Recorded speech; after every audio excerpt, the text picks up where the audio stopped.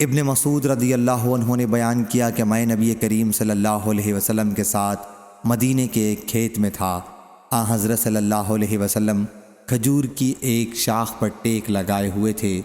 کچھ یہودی ادھر سے گزرے تو ان میں سے بعض نے کہا کہ ان سے روح کے بارے میں پوچھو، لیکن دوسروں نے کہا کہ ان سے نہ پوچھو، کہیں ایسی بات نہ سنا دیں جو تمہیں ناپسند ہے۔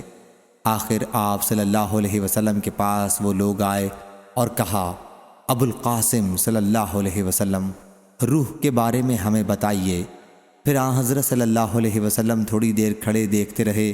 میں سمجھ گیا کہ آپ پر وحی نازل ہو رہی ہے۔ میں تھوڑی دور ہٹ گیا یہاں تک کہ وحی کا نزول پورا ہو گیا۔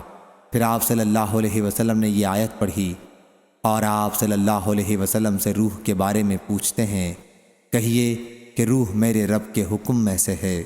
صحیح بخاری حدیث نمبر 7297۔